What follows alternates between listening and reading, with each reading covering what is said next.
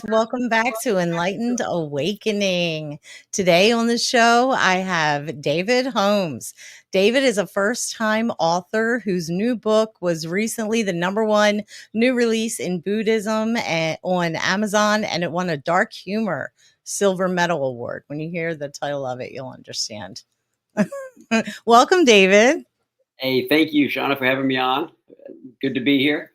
Yes, thank you for coming on the show.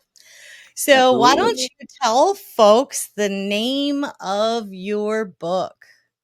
Sure. It is Zen and the Art of Anal Bleaching, a backdoor journey from darkness to light. And it's a novel, not a how-to. All right. The clarification is very important there. Very important. So what led you on the path to write this book, to put this book together? Well, I mean, I had for years been reading, all sorts of Eastern philosophy, religion, different teachers, and all. And a lot of that can get pretty dry. A lot of times it's couched in a bunch of Eastern terms and things like that. And it's not always written or presented in a way that is contemporary for a Western type of audience, right? That's easily relatable to what we experience in our lives. And so I was thinking, well, shoot, it would be great to be able to do that in a way that it's a humorous fiction story. It's, people are laughing out loud. They can enjoy this story, and it can incorporate a lot of Eastern Buddhist psychology, but not cloaked in almost like a lecture of that kind of stuff, right? And so my friend of mine and I had ended up thinking of the title as kind of a spoof on Zen and the Art of Archery, Zen and the Art of Motorcycle Maintenance, and the Zen and the Art of probably 23 other things. And we thought, how ridiculous to have Zen and the Art of Anal Bleaching, right? And then my friend Steve Ladd, who I was working with on the title, he thought also of the tagline, a backdoor journey from darkness to light, because that's what the main character is going through. And so Steve had just finished writing a book called Spiritual Constipation, How to Get Shift Moving, right? And so, I thought, well, shoot, I got to at least start writing Zen and the Art of Anal Bleaching. We're never going to get it published, right? So I figured I might as well take a crack at it. I had some ideas about some characters and some ways to work a hilarious story through someone's journey of self-discovery. And so got to you might as well take a crack at it, pun intended. That's good. I didn't realize that, but exactly. So anyway, so that's kind of the short backstory on it. Right. Okay. So it's basically talks about Buddhism, right? Well, it's a story. I'll tell you at a high level. It's a story about a guy who lives in San Francisco. He works in San Francisco. He's an upcomer in high tech, and trying to claw his way up the corporate ladder. He's got really young kids and a family, and it's kind of a jerk, to be honest, and doesn't have much tolerance for anyone else and homeless people and all that kind of stuff. And he ends up making some bad decisions and kind of implodes his career, his life, his family, and suddenly kind of finds himself at rock bottom, thinking, okay, holy cow, I've got to reestablish and create my life and my career and all this type of my identity, and of course the universe isn't really agreeing too much, and despite his efforts, it's not working out quite so well. And he had a series of things happen, like he lost his job, lost his wife, lost the dog, kind of like a country song, everything. Yeah, exactly. I mean, this guy's like your modern day country song character, right?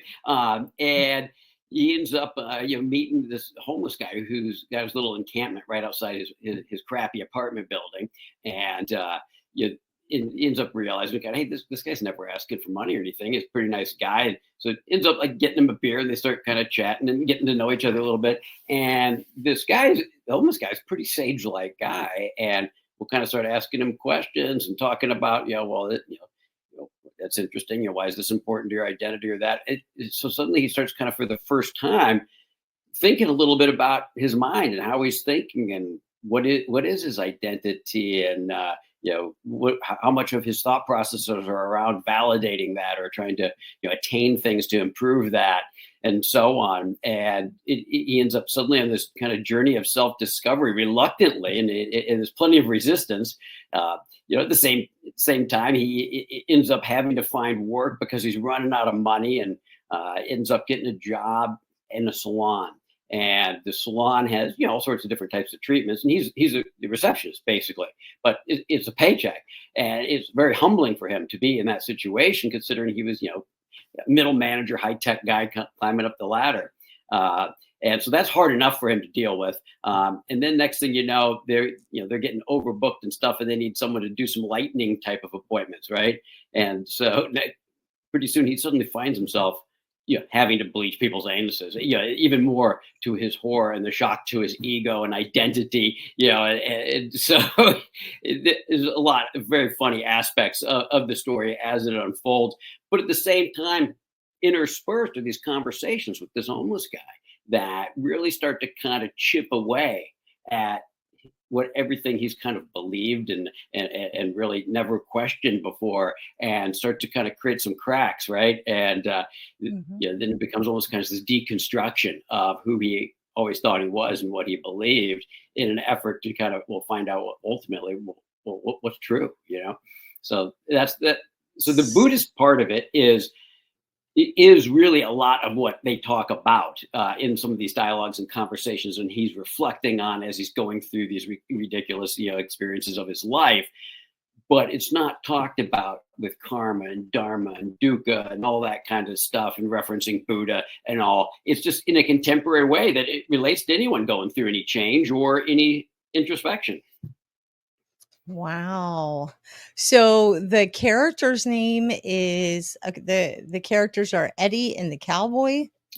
Did I Well, get that right? Toby's the main guy. I mean, Oh, who's is Toby. told from a first person, and so Toby Oh, is the that's who you protagonist. dedicated your book Yeah, to, Eddie and the cowboy. Toby. But Eddie and Cowboy that you mentioned, Eddie's the homeless guy, right? And Cowboy is Eddie's dog. And Eddie and Cowboy were based upon a homeless guy named Eddie and his dog Cowboy that lived down the street from me in the Western Addition in San Francisco. And I used to go stop at the corner market when my laundry was, doing its cycles at the laundromat. I'd get Eddie a big beer, and I'd grab a beer, and we'd shoot the breeze about stuff. And a lot of the stuff we kind of talked about in his story really changed my perspective on a lot of things. And eventually, one day his little encampment was gone, and I don't know where else he went in the city. But I realized I kind of wanted to honor him a little bit by just having him have a star role in this story. And so that's kind of the little history behind where Eddie and Cowboy originated from. Yeah, you told me when we first spoke about coming on the show, he was a veteran of the Vietnam War, right? Yeah, yeah. So in talking to Eddie, and kind of learning about, he grew up in San Francisco. He was in a poor household. His dad was an alcoholic and used to beat up him and his mom and everything else. And Mm. he as soon as he kind of could, got out of the house, and then he was working down on the piers, unloading ships, doing that kind of work, which is pretty hard work. And then he got drafted into Vietnam. And Oh, he got so drafted, okay. yeah, so next thing you know, he's in Vietnam, young guy, and he was like, it was the only time that he was in my life where suddenly I was a part of people that I cared about, that cared about me, that had each other's backs, that we relied on each other, to stay alive and all. And he Mm. said, as horrible a place as it was, I was actually connecting with people that I cared about. And one night, his platoon was having to crawl through a minefield, and there was 22 of them. And he said, Dave, look, Mm. two of us made it across, and I watched everyone else I cared about, who had family to come back to, fiancés, children, lives of people that depended on. He goes, they lost absolutely everything, and for some reason I lived. Yeah, Mm. and he said, and so he goes, I'm homeless by choice. He is, because I have ways of making money and stuff, but he said, I wake up in the morning, Dave, And I look at my hand and I move my hand, and I think I am so lucky just to be having still this experience of reality when all these other guys I cared about that should have lived and I shouldn't have don't have that anymore. And it really kind of shook me at the time because I was a high tech guy. And that's why I kind of started Toby out in that world, right? And you're busy caught up in your own drama and you're worried about this or this promotion or the competitor doing that, whatever junk it is. And I'm Mm. like, here's a guy that's got nothing and believes that he has everything and is completely content. And that kind of, really caused me to start thinking about a lot of different things, right? And so I thought, well, what Yeah. a great what a great thing to transition into the book, right? Because not only is it true, but it's something people could relate to and kind of think about, and it's makes sense when you hear about it. And it just goes to show that everything is a matter of perception. You're right. You're right. I mean, it's just, what is the story that we tell ourselves about what's happening in front of us day to day? And the story can be, Right. well, with me, I'm a victim, nothing's going my way. Or the story could be, I'm great and look at me, slaying life and I'm winning. But the fact is, it's a story, right? That we're telling Mhm. ourselves. Yeah. Wow. So I got to ask the obvious question. Is this an autobiography or is it fiction? Well, Inquiring that's a good minds want question. to know. It's a good question. How much of it's autobiographical, right, versus completely made up? And I'd say the internal process of becoming aware of thoughts, beliefs, attachments. My personal narrative that I tell myself. How much of my thinking is self justification. The past and the future being really kind of thought constructs. That's all been part of my journey. So those aspects of what Toby's journey are, can be pulled from me wrestling with those same things. I did, like I said, worked in high tech sales operations. I lived in San Francisco in the inner Richmond and North Panhandle area. Some of the funny events and the characters, had some origins in my life or were stories that people I know had gone through. But the rest of it, is unique to Toby. So, overall, I'd say maybe 30% of it is based on reality and 70% of it's fictional, probably. So it's kind of like uh uh it has the bones of reality, but it's glammed up for Hollywood type thing. Yeah, I'd say well put, right? I mean, it needed to be something that was a contemporary Western that a professional person that and what are they dealing with? Because so many people in the West are dealing with relationships and jobs and their self image and how they look and what people think about all that type of stuff, right? Mhm. Living in big cities and all, and so I thought if a character is going through these very relatable things, but still in that process internally investigating their mind and thoughts and how it works, that's a little easier than for somebody to relate to than just, here's a paragraph on attachment and suffering and all. Because then the person would need to then translate that into their life if they want. There's this extra step. And I thought, let me take the step out and just ground it all in reality of what someone's going through. And so that was kind of the objective. Gotcha. So, the dialogue between Eddie and Toby about their identities being nothing more than fictional stories that they try to weave, how does that Yeah, yeah. relate to Buddhism?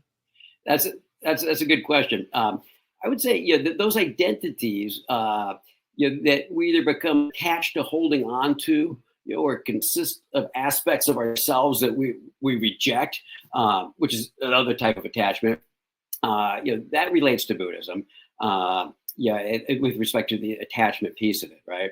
Uh, you know, Buddhism, the fundamental principle of it is people we suffer there's a lot of suffering in just our existence and attachment to things tends to be the cause of suffering. And by becoming more aware of that attachment and breaking that attachment, that Mm, can relieve some of that, right? I mean, and ultimately, right. all kind of thought constructs are designed, to provide a consistency to our self-identity, or the ideal identity, that we're striving for, that we're attached to, and it has very little to do, with the reality in front of us. I mean, and that attachment kind of takes us out of really being aware, right now, right?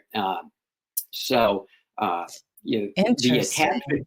attachment part of Buddhism is, we think about that oftentimes with respect to physical things. It's okay. I'm attached to my house. I'm attached to my job, or getting a better job, or I'm attached to this person that I'm married to, or that I'm dating, uh, uh, or I've got certain things, and now I'm so attached to the things I have. I'm worried about losing them. I'm worried about my portfolio going down, or defaulting on my mortgage, or my girlfriend leaving me, and so there's this kind of external attachments. Mhm. However, there's just as much internal attachments around who I am, how am I perceived, what do people think of me, am I I like to be perceived as, say, smart, or funny, but oh, that's being challenged because this person thinks I'm an idiot, or this person is rolling their eyes at my joke, or whatnot, and so that becomes, those attachments become threatened. So there's the internal and the external, and Toby's going through kind of both at the same time, right? But Right. ultimately, the internal process, it tends to make the external process of losing those attachments a little bit easier, as we start to lose our attachments to our ideas and our beliefs and our self concepts and our identities and that type of thing. Exactly. Wow, that's, like, mind-blowing. I never really thought of it like that before. Just I mean, the attachments are, to everything that you said, to our things, to the people, to our beliefs, to our way of life. Those attachments, when they get messed with, is the thing that actually causes the suffering. Wow. Yeah, or being understood. We get all freaked out. People, I'm trying to explain something to you. You're not hearing what I'm saying. It's like, you need to understand me the way I understand me, instead of the way you understand me. All those type of things are Right. all I think attachment, I right? had I think that happened to me earlier today. I think it happens to all of us every day to different degrees, right? I mean, and that's okay. But being aware of it as it's happening, that becomes kind of the practice. It's like, oh gosh, I'll see myself react to something. It's like, oh, yeah, here's Dave, all upset again because people aren't acting how they're supposed to act. Isn't that funny? Watching my mind do its pattern, which it's been doing for years. But then I'm not taking it quite as seriously, because I'm just seeing it almost like you're seeing in a movie. You're watching this character go through this, not trying to fight it, not trying to change it, suppress it, hate it. It's just, oh, okay, that's kind of what's happening. You got to kind of roll your eyes at yourself, or at least I do, as much as I can. So, how long did you know that you wanted to put this book together, or like how did you come up with the idea to put the book together? Like did you had like some experiences happen in your life, and then, maybe you saw your buddy had a book and Yeah, we created the title of the book. I bet you 5 7 years before I started writing it, and it was just a humorous title. We figured at some point we'd write something, and after a while, time starts going by, and pretty quickly, it just may never happen unless I do it or try it. I hadn't written any fiction before. I'm like, I could suck at this. It might not get finished, but why not give it a try? And so, I started out with, I'd read Stephen King's book. I love Stephen King because his mind is so Mhm. amazingly creative and his character descriptions are so vivid and all. And he wrote a book called On Writing, and it was all about how he writes and his perspective on writing and all. And he had talked about how he will often start a book with some interesting characters in a certain situation with some sort of problem, and then just let those characters interact, and it starts to unfold. The story does, and he says it's like almost like an archaeologist getting stuff out of the way and seeing what's there. And I thought, well, that's cool. I'll try that. So I'm doing that. I'm like 100 pages into the book, and I'm thinking, I don't know where this is going or what's happening here or how this is going to get resolved or what's going to happen. And I was like, I don't know, maybe I'm not quite as smart as Stephen King. Duh. So yeah, so I guess what I was trying to say is, did you how long have you been a Buddhist? Were you like, did you write the book because you wanted to write a book and then you said, oh, okay, I'll write it about my journey? Or did you write the book because you wanted to tell your story to help other people? Like how did your journey in this book come together and Yeah. decide to, yeah. Yeah, well, I had my journey, my spiritual journey. I wouldn't even say I'm necessarily a Buddhist, but Buddhism, I think, is really more of a psychology of how the mind works, and that's why you hear about Christian Buddhist dialogue and stuff. They're not like conflict. And I found that it is an understanding of psychology. I was a psychology major. I did some graduate work in Eastern philosophy and found some of the Eastern psychological models almost did make a lot more sense than some of the Western ones, and provided me a great path for introspection and self-knowledge myself. And I thought, hey, if I could share that with people in a way that's easy to consume and it's relatable, in kind of basically using humorous philosophy, why can't inappropriate humor weave together fiction and philosophy, right, into a story that takes a reader on a journey of self-discovery? I thought, okay, well, that's what I'm going to try to do, so then I thought, okay, let's give it a whirl. I'll pull from some of my stuff and I'll make up a bunch of stuff and see if it can come out being something that entertains. So tell us about some of your personal experiences. I saw that you may have had some psychedelic experiences. Yeah, Tell us yeah, I have. Yeah, I think we're talking about the first. mushrooms or DMT or what? What are we talking about? Yeah, yeah, or all the above. Yeah, mushrooms, LSD, 5-MeO, DMT, ayahuasca, ketamine. Wow.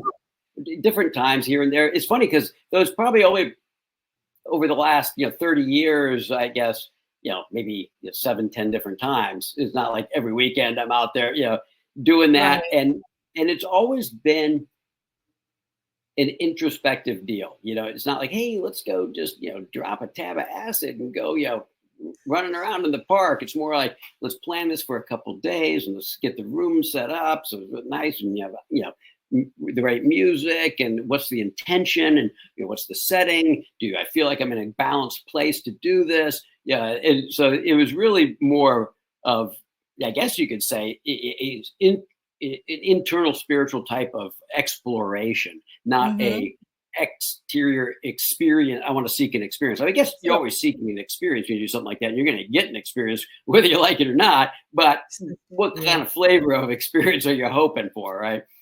So most of it wasn't when you were a teenager. Gen Xers have a lot of stories like this because, we grew up rough. We were built Ford tough. So, drop a hit of acid is like, "Pfft, I got hit by a car and I'm in this and I'm that.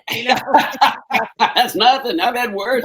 I was probably, I bet you, I was probably 25, 26.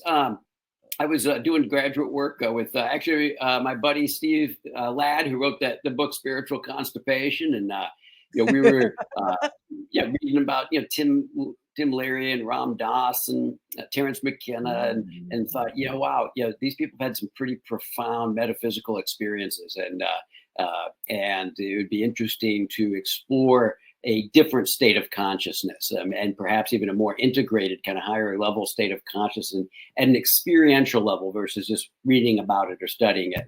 And how do you have that experience of going beyond your ego and who you are and Mhm. becoming one with everything, right? And that's Mhm. that was kind of the intention, to see if that was possible and to explore that, and what kind of insights could that potentially bring back to your everyday orientation when that's over with. And I, Tell us some stories. So what was the ayahuasca like? I've that obviously was it. never That had was that. interesting. My Steve Ladd and I, we've done a lot of the journeys together. And there was a place that they rented out a big house from someone over in Oakland, and it was a 2-night type of deal. And ayahuasca is basically DMT. Is is the active chemical from one root, and there's another root that they mix into their tea that extends that. Because DMT is a very short experience. If you just do plain old DMT, it's going to be at 10 Mm-hmm. minutes or something, right? Yep. Which extends it for kind of hours. And so they had, they set it up really nice. I mean, you're there with 16 other people. People are talking about their intentions ahead of time and sharing a meal ahead of time, and kind of So was it getting. a retreat Yeah, it was like a with retreat the type of guy? thing. Okay. And there was like a shaman type of guide person that's what she did. Really, is it helped to facilitate those types of journeys. And they had different percussion and things like this, very kind of a ritual, very ritualistic type of thing. And Mm.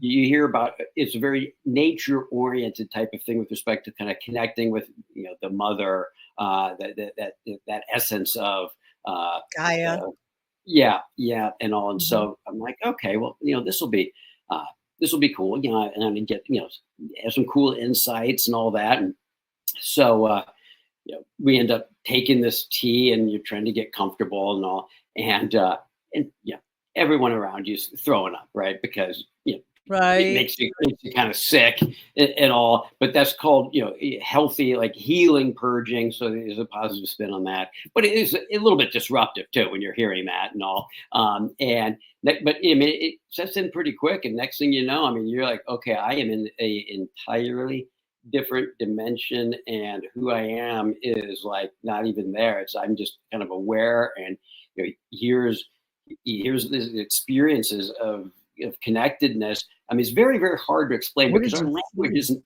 designed to talk about it. Yeah, Um, I heard some stories on, some Joe Rogan guests tell stories, and I've heard Joe uh, Rogan tell some stories, and yep. yeah, And so but it was funny though. I mean, kind of because it's like you get what you need, but you don't always get what you want.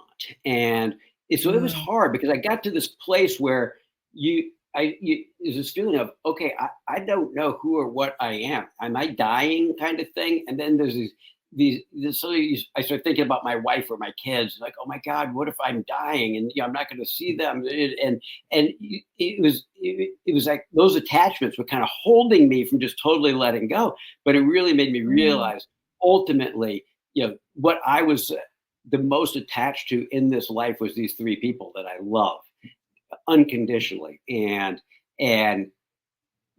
everything else I was able to let go of. But just the fear of losing continued shared experience with these people, kind of kept me on that precipice, right?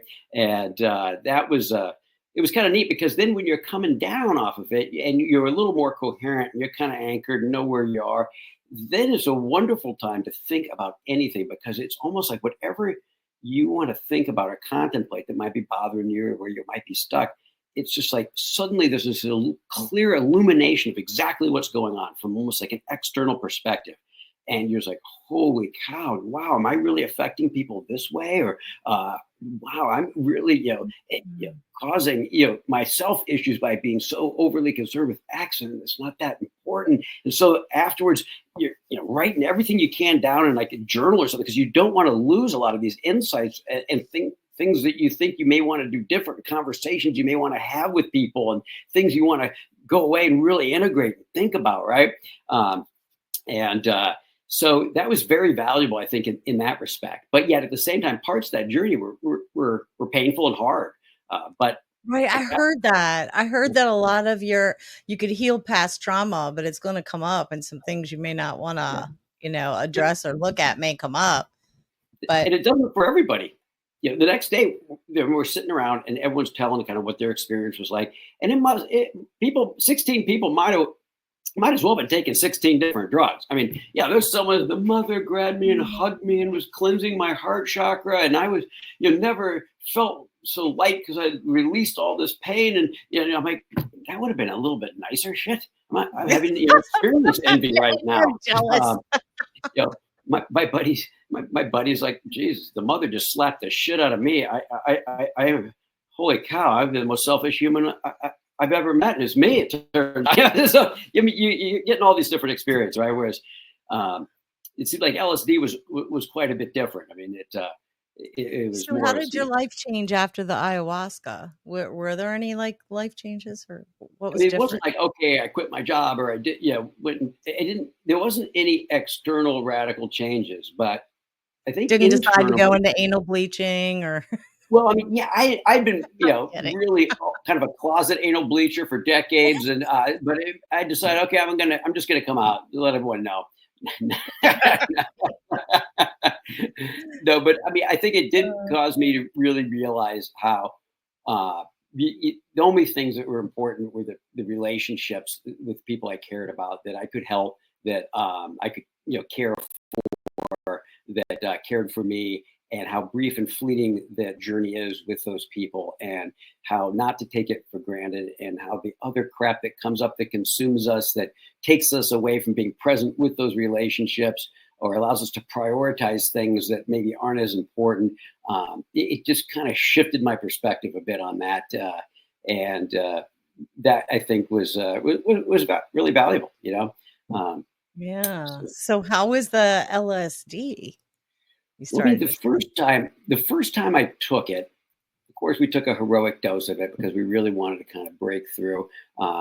And I mean, it was pretty wild. I mean, you hear a lot of different people, a lot of different experiences on that as well. I mean, for me, I mean, I remember at one point, like, actually living through like multiple past lives, every moment of every day, and then dying, and then being reborn into this other person, and they weren't like, pretty pedantic lives. Okay, here's this woman, and she's got a couple kids, and doesn't have a husband, and she, I mean, not like anything glorious, but just like, oh wow, but experiencing that whole thing, and then kind of coming out of that and feeling like I had woken up from a dream, and I was just purely aware of everything, thinking, wow, isn't that funny that I got sucked into this life, and all this stuff. I believed I was this character, but I've been so much more than that the whole time. I just lost, I forgot. I forgot. It's this cosmic game of hide and seek that we play with ourselves, right?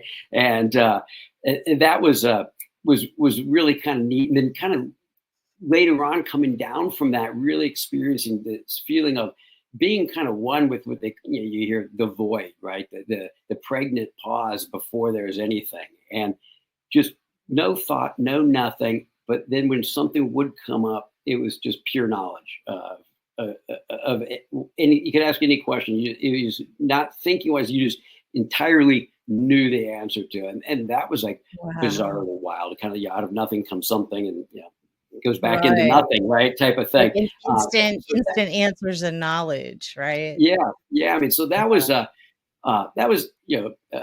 was a pretty impressive experience to have as well, It because sounds like a lot of the NDEs I hear, because they'll oh, when they have NDEs, they'll, ask questions to their guide or whatever, and then mm, it's like as soon as they ask the question, there's like an instant download of answers and information, and they're just like, "Wow."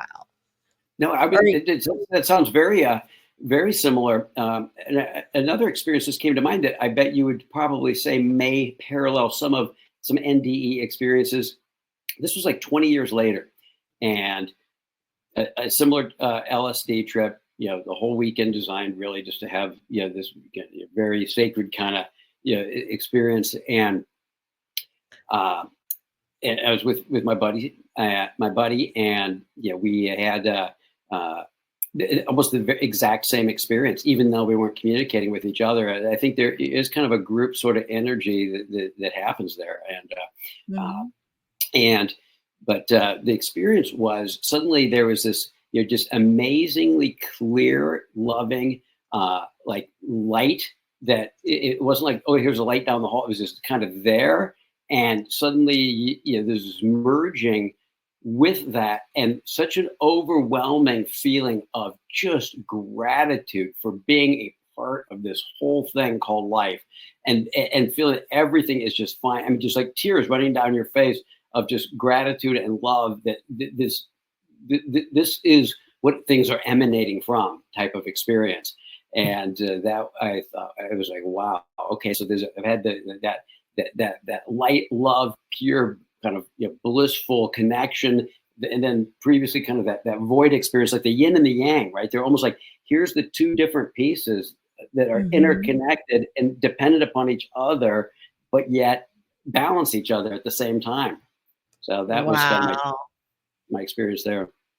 So what was the other life or another you said there was a couple of them, I think, but what was one of the lives that you said you experienced? I have a story too, if you wanna hear it, Okay. of Yeah, oh, no, I'd love to. someone told me that they had a dream, and I'm going to save disclosing the person, but they were telling me about their dream, the whole time I'm just like, so in the dream, they were a different person. They knew they were not the person that was telling me the story. Like, they were like, I had a dream. I was this other person and I was robbing a bank, and I'm robbing this bank. And of course, I had a gun, and I'm running out of the bank, and I'm running with this sack of money. And I'm asking questions. I kept interrupting and asking questions. I'm like, "Were you young? Were you old?" Oh, it was Yeah. about like late 20s, maybe early 30s. And I'm like, "Okay, was it like back in the Wild Wild West? Like what time period was it?" It was like regular modern day time. And I was like, "Really?" And I was like, "Well, is it like a city or like, yeah, it's like a city." And I'm like, "Well, what are you running past?" And they said they were running past this building that had them kind of like mirrored glass, kind of, what like skyscrapers do, kind of, I guess. Yeah, I know And what as you're they were talking about. running, yeah, he said he was running past one of those, and I was like, "Well, did you see yourself? Did you turn?" He's like, "Yeah, I did. At one point, I turned and saw." I was like, "What'd you look like?" He was like, "Well, kind of like short, kind of shaggy brown hair," and was just Oh, like, wow, he that's said, "Well, amazing. yeah," and I'm like, because it was fresh, it was a fresh dream, so I'm asking all these questions so I could remember. And he said he was running, and the cops were chasing him, and the cops were firing their guns at him. And he said he turned around like that and was returning fire, and then he just kept on running, but they missed him, right? And then he starts ducking into this neighborhood, and I'll tell you who it was that was telling me this after the show. But he runs into this neighborhood, and then he's running through these houses and jumping over fences and stuff. And then he finds this one house where the door was open, so he goes inside this house. He's like, I got to find a good hiding spot, right? Oh, I missed a part. As he was running from the police, he's thinking to himself, what horrible decisions have I made to bring me to this point in my life, right here, running from the cops, robbing a bank, being shot at? He's like, he's in the he's in the house, and he's like, he finds a really good hiding spot, but then like he's hiding and he's trying to be real quiet, and he hears the police outside of the houses, like looking for him everywhere with the dogs and all that kind of stuff. And then they come into the house, and he's sitting there going, oh shit, oh shit, oh shit, right? And he's like hiding and being really quiet, and he's like, they're like, oh, I think he's in here. And so he knows that he's getting ready to be discovered, and because of this, he puts the gun to his head and fires a bullet. But the funny part is, he The said, funny part. when I fired the bullet, it's like time went from this and it went and it slowed down. It was in super slow motion, and he could feel the bullet entering his skull, and he could feel the bullet going through his brain and out the other side. And then that's when he woke up. Wow. Wow, that's Right? amazing.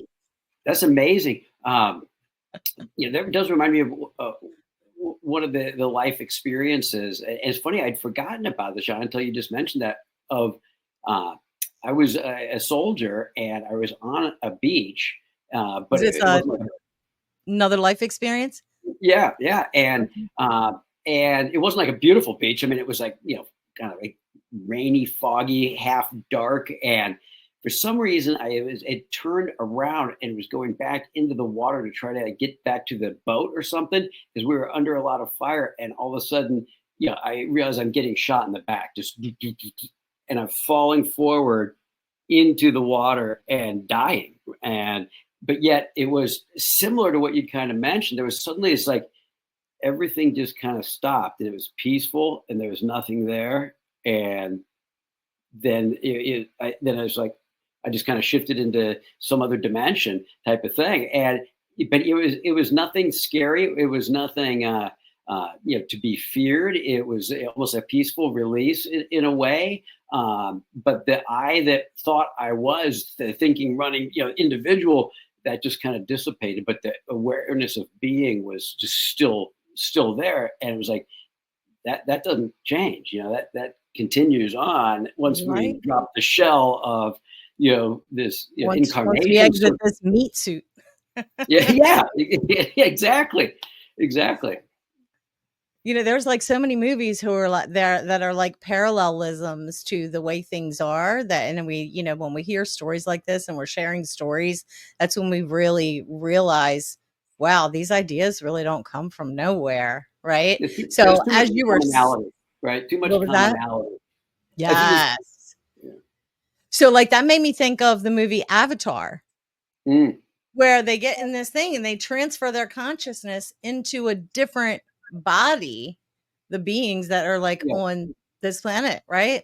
And that's Hmm. kind of like Well, you kind of what wonder, life is. that could be what's going on. Yeah. Yeah, I mean, shoot, say there's just, I mean, this is just purely postulation. Yeah, I don't even know that I Right. believe this, but I mean, say there's just pure conscious awareness, okay, and not even just sort of thinking mind personally, just this awareness is this beingness, and that's all there is, and before the universe or whatever, and eventually it gets a little bit boring, and so this is just, let's just create something, and there's this wonderful creation, called the universe or whatever, and say I'm this being, and say, okay, now I'm going to go in and I can live any piece of that in any of these individuals at any point in time, and I've got eternity to do it. I mean, Right. and why not eventually live it all and just and I'm going to lose myself in my creation and live that and be that for a while, and then that little life will over, and I'll come out of that and then maybe go in a different angle and experience it from someone else's perspective or a different time, and it's just the only thing that's happening is we're just it is this awareness experiencing its creation as itself from every imaginable angle. I mean, I don't know, it could be the case, maybe not. Yes. I've heard that so many times. And Yeah. when you started that, like about, there's this consciousness, and then all of a sudden it's like, you know what? I think I'm going to create this and create that. You know what movie I thought of right away? Mm, My favorite Marvel characters, Guardians of the Galaxy. Did okay. you see those? Well, who are the characters? Because I'm one of these people that I can see a movie and then like a year later you'll say, "Did you see that movie, Dave?" And I'm like, "No." And my wife is like, "Yeah, you did." I Remember? I'm like, saw "Oh." So, it. I need some prompting. What are your favorite characters? So the Guardians of the Galaxy, they're Marvel characters, Hmm. and they're like a bunch of misfits in the galaxy that kind of got together. One of the main characters was stolen as a kid from Earth, Okay. and in the second movie, um, he never knew who his dad was, and Hmm. his mom always told him his dad was an angel, and he never Interesting. met his dad. So in the second movie, he got to actually meet his father. So he was actually a hybrid, and his Oh. father was this being who was explaining how where he came from. He was like, a woman, I was just consciousness, and then I decided, you know what?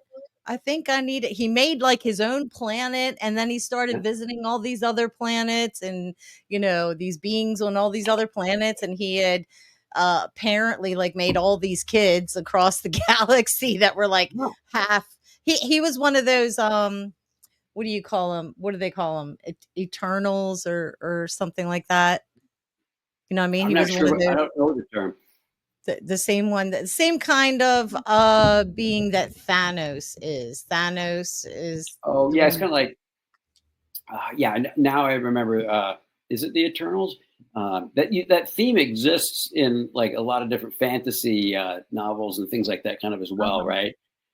Yeah, Just kind of they're not really God, but they're God-like because they're really impossible to kill, and they live for a very, very, very, very long time, and they have powers compared to most other beings and things like that, you know? yeah, and Thanos is often one. represent some aspect of darkness or death or love or they may have a kind of a bit of a theme to their nature relative to the other kind of half godlike sort of peers of theirs, so to speak.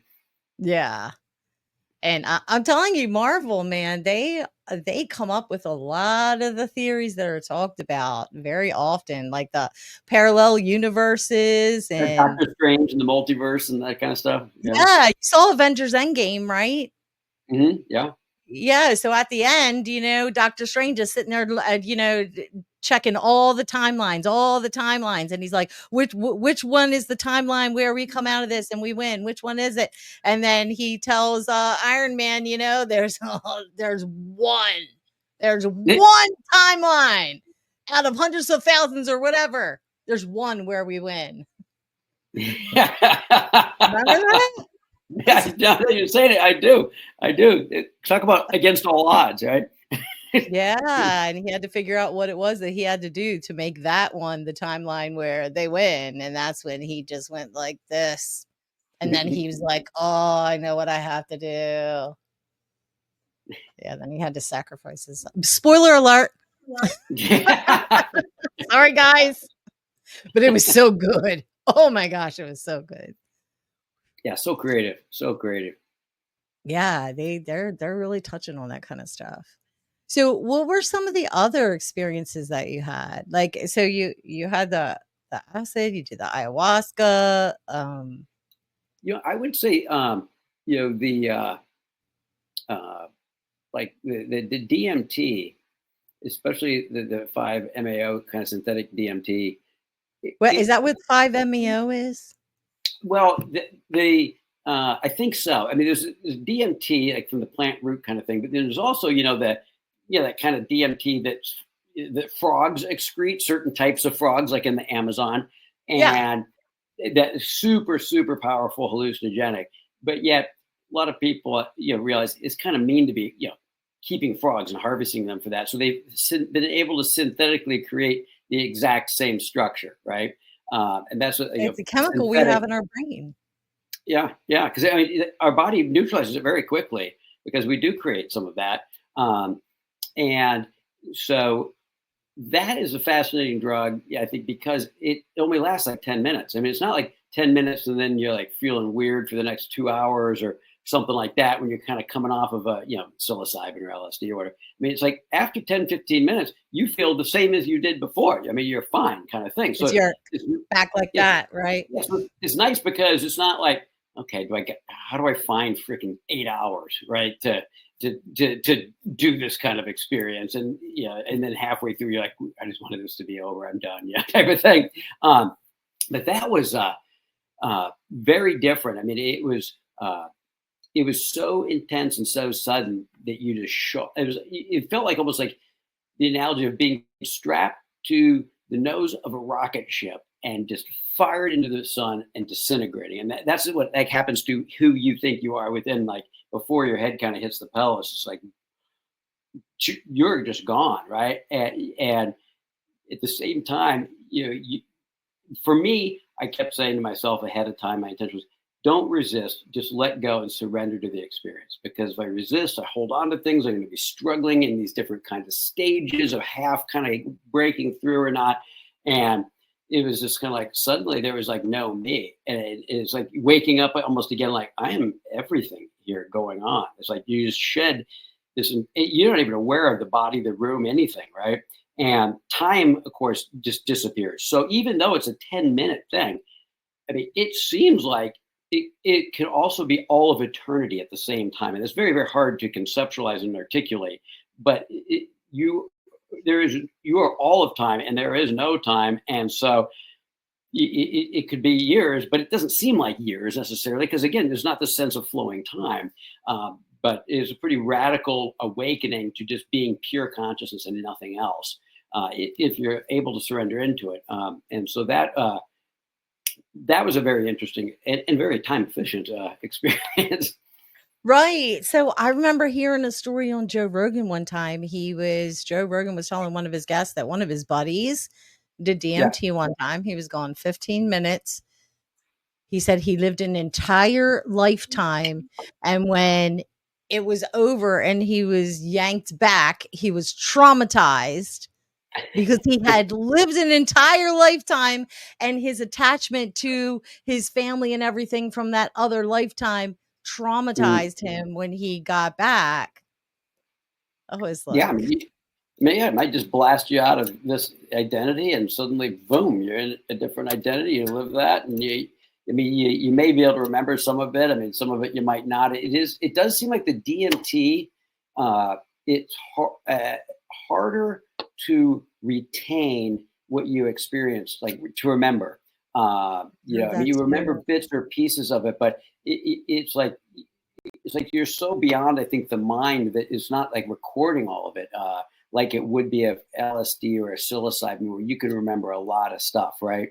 Um, Yeah, and if you could explain it or did remember, it would probably be hard to describe, I would imagine, maybe right? it may be too much to integrate, perhaps as well, and it would be very probably hard to describe because again, our language is based upon a very dualistic perception of reality. I mean, there's subject Mhm. and object. There's, me, I'm the Uh-huh. subject, this is the object, that's separate, and there's a verb. These things interact with each other. It's all based upon division and separateness, which is probably pretty important for surviving and running around on the earth and all, right? And Right, right. avoiding danger and all those types of things. I'm sure it's a very healthy adaptation that our brains have made to filter consciousness so that we can actually keep, like you said, the meat suit kind of functioning and not getting eaten or starving to death or whatever. Right. But when you're having an experience where there is complete unity, and much like the like subatomic physicists would tell you, at the quantum level, everything is connected in one thing. The illusion, the physicists will tell you, is that there is separateness, but you're experiencing being everything. And there isn't really language for that because that's not how we go about our reality, right? And talk about that. And so it's even hard to understand that when you're not experiencing it because it doesn't fit into any of our paradigms of thought structure, of language, or anything else. And it's very, very hard to communicate it. And even if you did communicate it effectively, the fact is someone's still interpreting it through their experiences, their thoughts, the words, the meanings of the words. It's not translating the experience, it's talking about it, right? Like I could tell you all about the rose garden in Golden Gate Park, and I could show you pictures of it, maybe even, and give you the history of it and tell you the directions and how many feet long this is and that is and all that. And so you're understanding it, but it is definitely different than the experience of standing in the middle of it and being there, right? And I think that's Mhm. that's what's Mhm. happening when people try to share a near-death experience or a hallucinogenic experience, or even just an expanded state of consciousness attained through, say, meditation or some sort of spiritual awakening. It, without having the experience, you're immediately only able to share a husk of what it might kind of be, right? And Did you that's see the any challenge. beings? Because I hear that on DMT, a lot of times there's beings. Like Joe Rogan saw these like little Joker guys, and they were like Mm, shaking their finger at him and stuff like that. Usually yeah. people see some kind of Well, you beings. do hear about that quite a bit. Terrence McKenna used to talk about that all the time. Like you're going through this tunnel and then you come through the other side, and these little beams are yay type of thing. So I was really hoping for that a lot, but I didn't on DMT. Except there was a time on the ayahuasca, which is a DMT infused drug, where there was little beams, kind of machine like beams, and they were really They're working what? on like machine-like beings. They're like little Oh, okay. tiny little machine kind of beings, Little and they were really robots? working. Yeah, kind of, but small and tiny and kind of friendly, right? And they were really working on opening up my heart and working on dislodging whatever was stuck or something like that. And I was kind of like, whoa, yeah, you're not really, you're just kind of checking this out. And then things kind of transitioned, yeah, from that. So it wasn't like it was very long or that I had any control over it or ability to really interact much with them. And who knows? I mean, that can just be all purely, manufactured because there's a drug in your system. But again, it's what you said earlier is really interesting is you hear the same thing from different people. And oftentimes from different people that didn't hear about that even as a possibility of what the experience could be like. And and it's not just like, oh, I felt woozy or I felt a little out of it. It's, very specific things, and different people are saying this. So okay, maybe there's a lot going on in these different dimensions, and we're supposed to maybe be here just in this dimension playing, and that's who and what we are right now. But that doesn't Mhm. mean that there's not a lot of other common dimensions that multiple people have interaction with through dream states or whatever. Wow.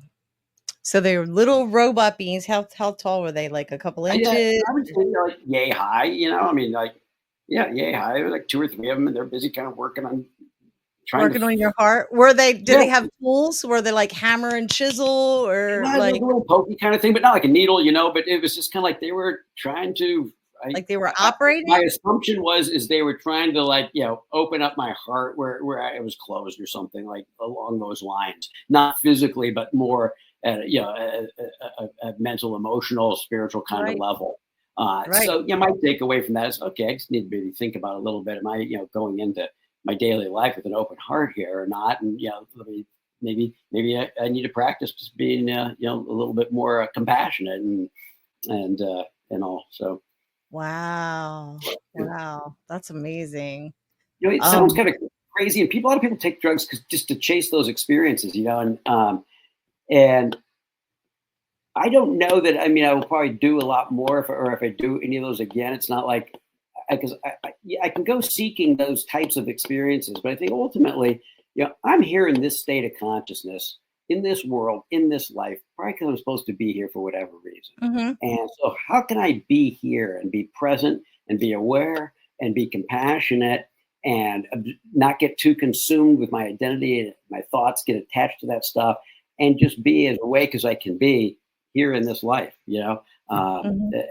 I don't I feel a need to escape from that or to seek something different or have as much of like a spiritual ego. Like if I can have this experience, I can add that to who I am, and then if I can have this experience, I can add that, and I can create this mystical cool guy. Or it's like no, that's just another ego trip, right? That I'm trying to fortify and justify.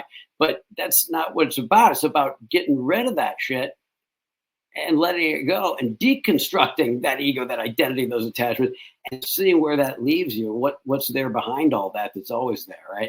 And being able to shift identification to being that as opposed to this me and trying to create a better, cooler, more interesting me or distract myself from it with experiences, if that makes any sense. Yes, absolutely. Yeah. Focus on the task at hand, which is this Yeah. life. Right? Yeah, I mean, Yeah. who knows? It may happen again, but I'm not like out there planning for it or whatnot because eventually you have the similar experiences. But if you take a high enough dosage, you have these transcendental experiences, and it's like, okay, that can happen, and that's there. But wouldn't it be kind of cool if you could get close to that without necessarily? What's holding you back from making those transitions without the aid of something else? It's probably all the shit that we've got Mhm. going on in our minds that we're strung up and attached to, and all that. So maybe here is where the work lies. Yeah.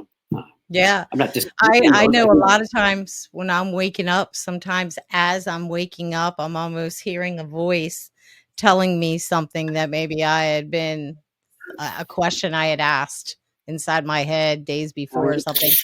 Just as you're opening your eyes, there's like an answer being said in your ear, and you're like, "Whoa, wait." Maybe pay attention to Happened that. to me Write the that other down. day, and I Oh was yeah. just like yeah, as I was waking up, I was hearing something, I was like, "Really? Was I even thinking about that in the last week or 2?" And now all of a sudden I have an answer to it. It's so weird. Yeah, it's wild. But it was relevant to your life and all that. It was okay. Yeah. So, you've had revelations or premonitions? What's been, like, the biggest or most, life-changing revelation or premonition that you've had? Um, that's an interesting question. I mean, yeah, I think I think that it is possible, and I've experienced this to different degrees or for different lengths of time, without necessarily the use of a hallucinogenic aid, um, to break that identification with the thinking mind and the ego identity, not to have it be stomped out or silent necessarily, but just shifting that awareness to the background, and realizing that that is happening within a greater sense of awareness of being. And it's easy to get kind of trapped in that or consumed in that and all, but it's nice when you're able to suddenly almost expand and let that go a little and realize, okay, if I'm just here, I'm just awake, and that and that's all that there really is. Everything else is just, like clouds going through the sky or waves coming in, up and down in the ocean. You hear these metaphors all the time, but there's what's behind all of that that's always there, always aware, always present, and yeah, why not spend time in that place when you can? Because usually that's when you get more insights or wisdom or perspective on things, and so, is there certain practices in my life that I can do, not sitting on a meditation pillow staring against a wall, even though that can be very helpful, but just as I'm going through every day, working on something, you need your mind to actively engage and figure shit out and stuff.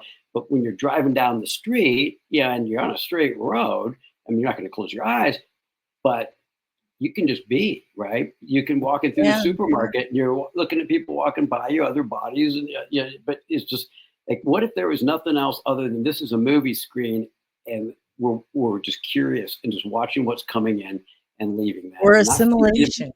yeah, yeah, we're not thinking about it, labeling it, putting it in boxes, organizing it. You're just letting it come and go, and suddenly that becomes a very, I guess, content place to be, not because you've attained something, but because there's nothing, but yet you're kind of everything at the same time, um, Yeah, you became conscious of your consciousness, and you yeah, just enjoyed the moment that you were in instead of thinking about the past or thinking about the future. You're just in the here and now.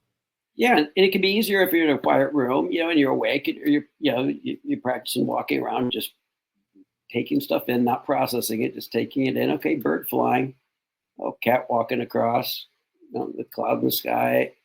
Just going from now to now to now to now to now, and just letting the last moment go as the next one comes along. And there's different times of your day that make that more, of an opportunity to practice that. But instead of remembering to do it once a week or once a month, what if you could remember to do it, once an hour, even if it's for 7 seconds? You know, Yeah, just uh, take a second and look around and just appreciate everything. A yeah. walking meditation. Yeah, I'm just going to a walking meditation, and even appreciation. It can be a trap to some degree, because in order to appreciate something, in terms of that word that we use, it's Mhm. usually a thought that says, "Oh, isn't this great? It's nice out today. It was shitty yesterday, and therefore I am lucky to have it be such a nice day." Well, that's a thought cycle, as opposed Mhm. to you're just seeing it and hearing sounds, and feeling, whether it's temperature, breeze, sunshine on you or whatnot, but you're not processing it necessarily. It doesn't need to be processed. It doesn't need to be looked at relative to something else and then given value or less value. It is just what is. Right. Wow. Okay. So back to your book. If folks want to get a copy of your book, they can Yeah, go to wrong one. Sorry. they can go to they can go to Amazon, and just search up Zen and the Art of Anal Bleaching, or search up Old Harry Jesus. That's my pen name that I wrote it under. Either one will pull it up. You can get a Kindle version or a book, or you can go to my website, www.oldhairyjesus.com, and it talks a little bit about the book, and it's got a couple of reviews and links to go to Amazon if you want. But it's easy to find. You can Google it, and it's a lot of different places will have it. So A good you Christmas are an gift too. old hairy Jesus, huh? Old Hairy Jesus. Yeah. Right. It's funny when people say, "Oh yeah, I picked up a couple copies of your book. I'm giving it to my nephew, or I'm giving it to my brother, and he's going to open it in front of his whole family. And he's going to have no idea, and then also he's going to open it up and have to explain what he's got in his hand." Yeah, Yeah. that's kind of a funny gift, or a white elephant gift. Some people have bought it for a white elephant gift. A lot of people want to buy it just to read it and have a funny story, and maybe ponder some stuff as well. But See, anyway, that's it's how easy to find. you enjoy life, by laughing at things. I mean, laughing just like raises your vibrational frequency. It makes you feel good inside, right?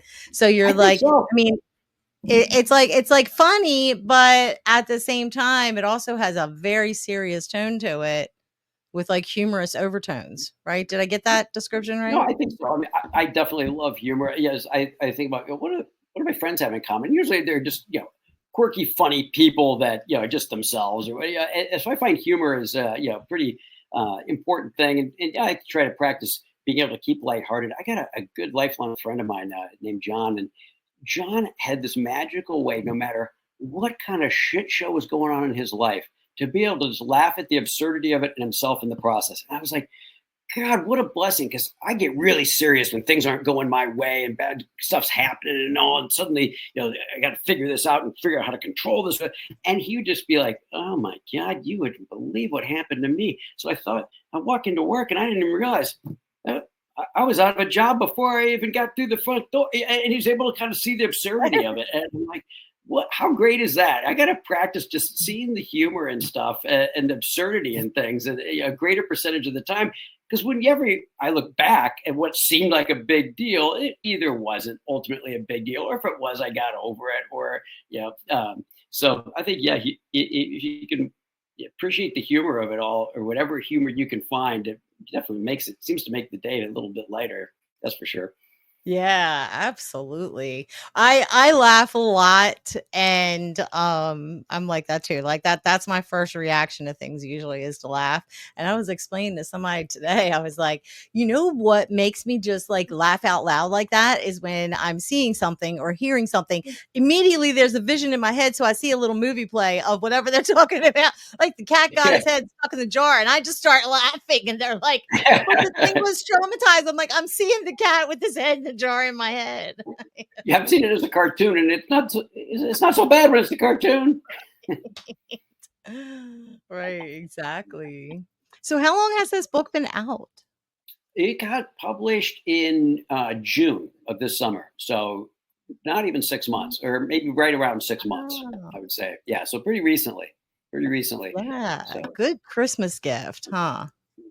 yeah, I think so. It seems like that's what people think. What's a funny thing too is I live in a little town called Sebastopol, California. Like 10,000 people or so, about an hour north of San Francisco, and we've got those little book sharing libraries where like suddenly you're walking along and you see this like little like box, and it'll say take a Yeah, book, read a book, kind of thing, right? And I right, thought, right. well, that's it. And usually you see the same books in there, and they're old, kind of beat up books. There's probably some good books, but I usually tend to go to Amazon or somewhere else. But I thought, well, maybe I should take a copy of my book and put it in that thing, right? And to see, does anybody take it, right? What's the kind of the appetite, for Zen and the Art of Anal Bleaching? Gone every single time. And there's 3 of those in town. So I keep putting them in there, over the last couple of weeks. And people have taken like 15 of them. I mean, I'm like, wow, isn't that Make interesting? sure they're not the kids' boxes. Yeah, no kidding. You find out it's like elementary kids. Their parents are No, horrified. They honey, want to mommy find needs out to take this. who wrote this thing. How did this get available for public consumption? But Right. people Is seem that to. is that whole anal bleaching thing, is that, like, big in California, or is it, like, other places? I don't know. I mean, I don't know if it's more of a geographic thing. I mean, you tend to think, well, maybe people in LA, but I think that is probably a bigger deal for, say, someone that works as a stripper or a dancer or whatnot, or someone that works in porn, or I've a number of friends that have told me that it's more popular in gay communities than the general population. Friends of mine that are gay, I was like, oh, that's interesting. So I guess if you think there's going to be people kind of taking a look back there, and you want to look your best, who are the people that are going to have the biggest audience? The audience, and I that's probably. remember an episode of the Kardashians. I think I was telling you that before. I Oh, remember you an were, yeah. episode. Yeah. Talking A about, little well, yeah, I guess if you're walking around and say you like to walk around a lot and you live on a beach in a thong bikini and you want to be looking good, I imagine that might be something that could cross your mind. in case you have to bend over and pick up the lotion, Yeah, exactly. You don't want to get gassed from Put the horror lotion every on your time. skin or else it gets the hose again. People yelling, "Clean that up! Don't you take care of yourself?" Right. Oh, geez. Okay. And so all the ways to get a hold of old hairy Jesus, aka David Holmes.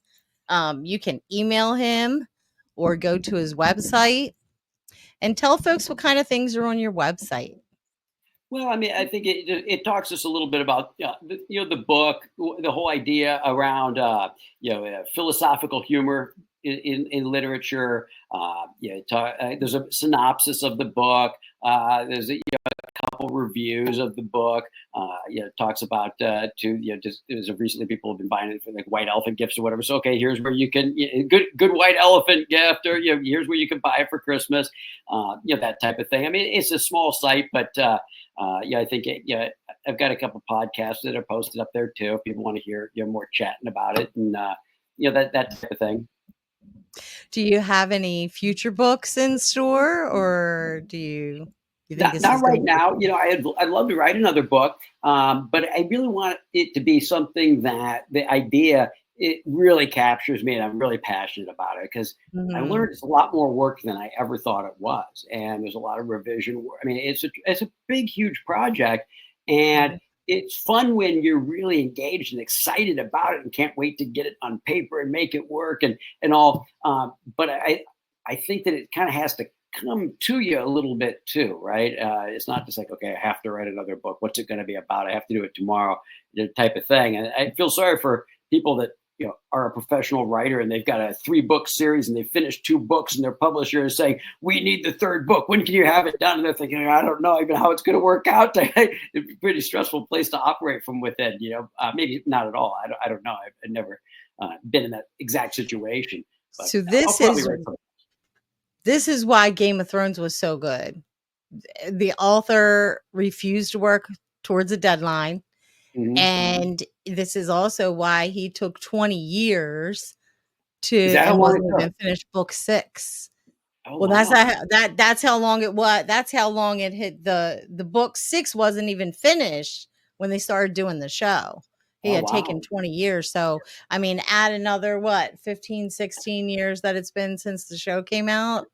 I mean, this is Yeah. why it's so good because he's like, I'm not going to just put anything down. I'm going to make sure it's stellar before I put pen to paper, you know. Yeah. Yeah. I mean, and I think it's really impressive. I mean, yeah, I have such a greater appreciation for fiction now, just because I realize how hard it is to do, how hard it is, whether it's the character development or creating vivid scenes or weaving things together in a way that works, not leaving, dangling open ends and that type of stuff. But it's interesting because some people are like, yeah, it just has to be good enough.